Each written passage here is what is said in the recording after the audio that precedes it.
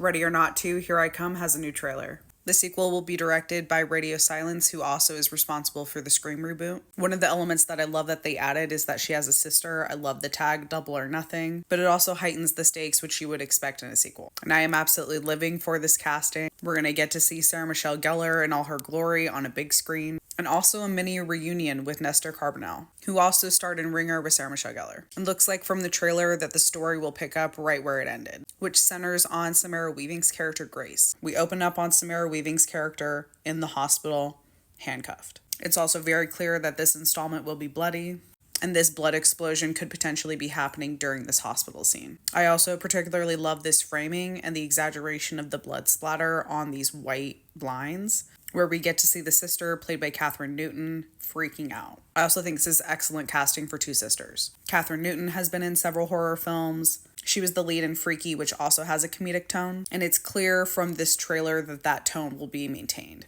Even in these highly emotional moments when there's a single tear running down her cheek, we get that ding, and those moments of absurdity when Sarah Michelle Gellar's character is literally laughing as she's shooting them down. That being said, Sarah Michelle Gellar's character better be in like 80% of this movie. And we start to see through the progression of this trailer how dark and demonic this nightmarish game actually is. There's hints at this satanic lore, there's images of goats, all leaning back into this examination and critique of wealth and power. We're introduced to a whole new cast, which will include the High Council members that will be participating in this deadly game, including kids. And as far as gameplay, it looks like there might be specific groups for those who are set to hunt and those to observe until their turn. It appears as if some of these council members might have to take on this alter ego or mask up in order to participate, while others are reveling in this opportunity.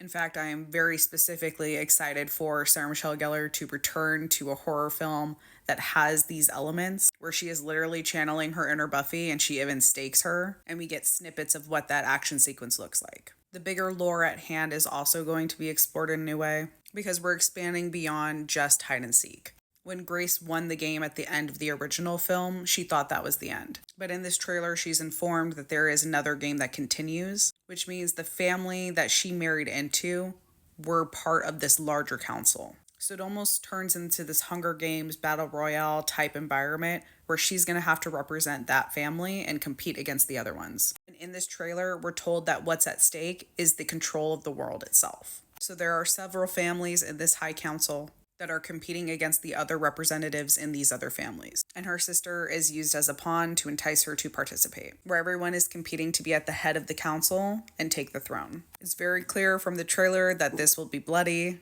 it will be funny, and filled with suspenseful action sequences, and I am indeed ready.